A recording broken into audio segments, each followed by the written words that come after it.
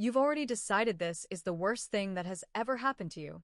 You've replayed the conversation 40 times, searching for the exact sentence where it went wrong. You've convinced yourself your timeline is ruined, that everyone else is moving forward while you're standing still in the wreckage. You call it a disaster because, right now, today, it feels like one. But here's a question you haven't let yourself ask yet. What if you're not wise enough, not yet, to know what this actually is? Maybe you're in that exact place right now. Maybe something ended a few weeks ago, or a few days ago, and you're certain your life just got smaller. If this is you, this story is for you. Hello, I'm Amara, and welcome back to Hidden Wisdom. Today's story borrows from an old parable about a farmer who refused to call anything good or bad too quickly. It's about a woman named Maya and what she learned when the life she had already planned fell apart 3 weeks before it was supposed to begin. Let's begin. Maya was 33, an architect, engaged to a man named Julian for just over a year. The wedding was booked. The dress was altered. The seating chart was finished. Then, on a Tuesday evening in early autumn, Julian sat across from her at their kitchen table and said he wasn't ready, that he didn't think he ever would be, and that he was sorry it had taken him this long to admit it.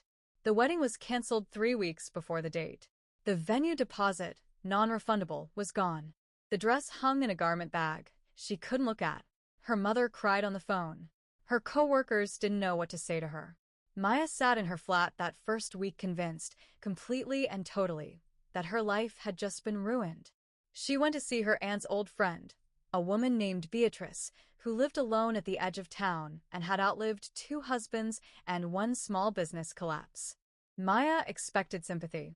What she got instead was something quieter. "This is a disaster," Maya said, her voice breaking. "Everyone I know is getting married, having babies, buying houses. And I'm 33, starting completely over." Beatrice poured 2 cups of tea and didn't rush to comfort her. "Who knows what is good and what is bad," she said simply. "Only time will tell." Maya wanted to be angry at the calmness of it.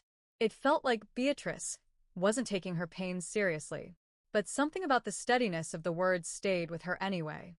In the weeks that followed, Maya did the practical, humiliating work of unwinding a wedding, canceling vendors, returning gifts, explaining over and over what had happened.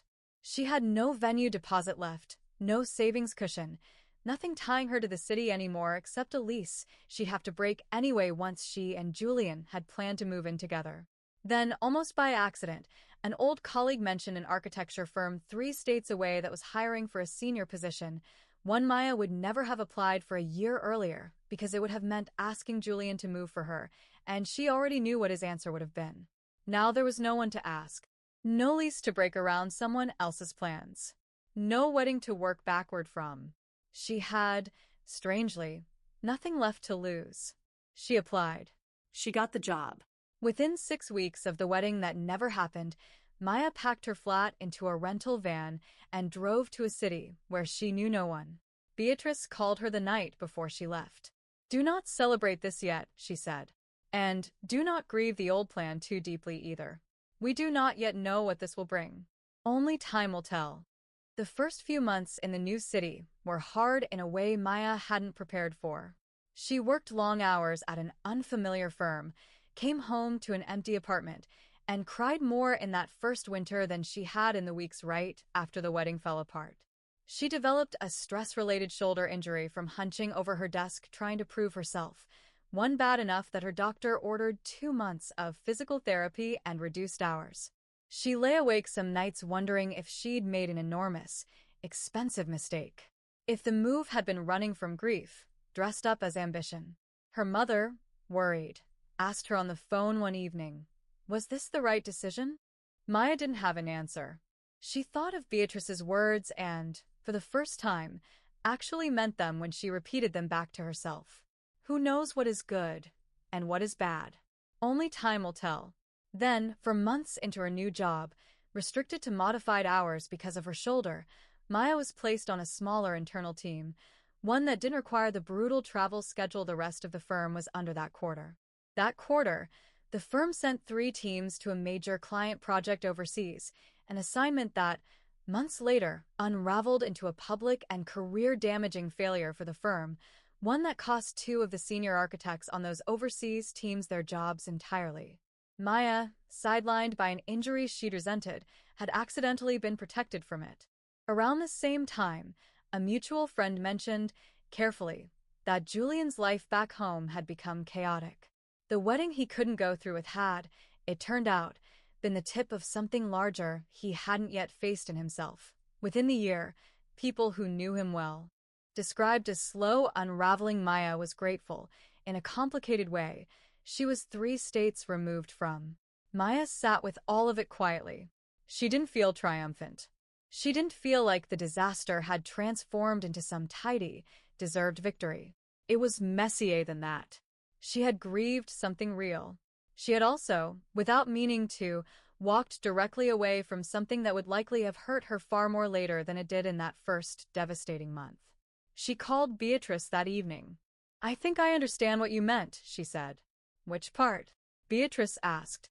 "That I wasn't wise enough yet to call it a disaster. I still don't know the whole story. I don't think I ever will, completely. But I know more of it now than I did 3 weeks after the wedding fell apart." Beatrice was quiet for a moment.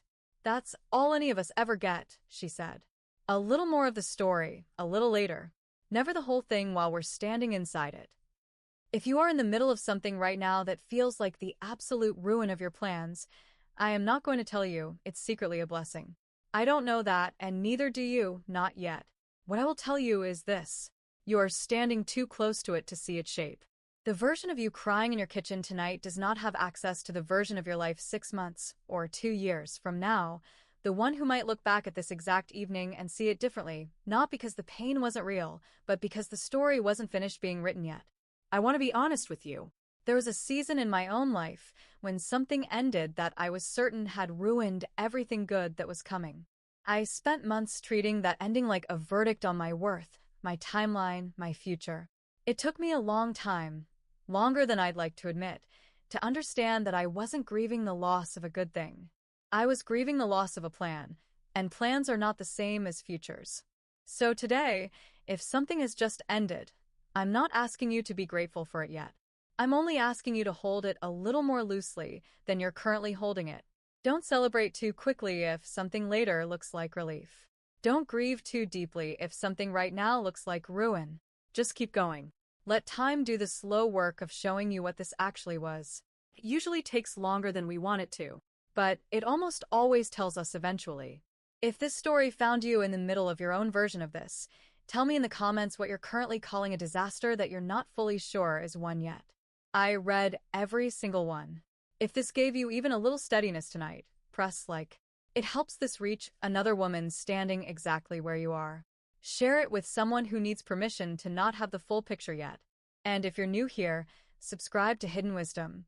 Every week, we turn timeless wisdom into stories that help women hold their hardest chapters with a little more patience.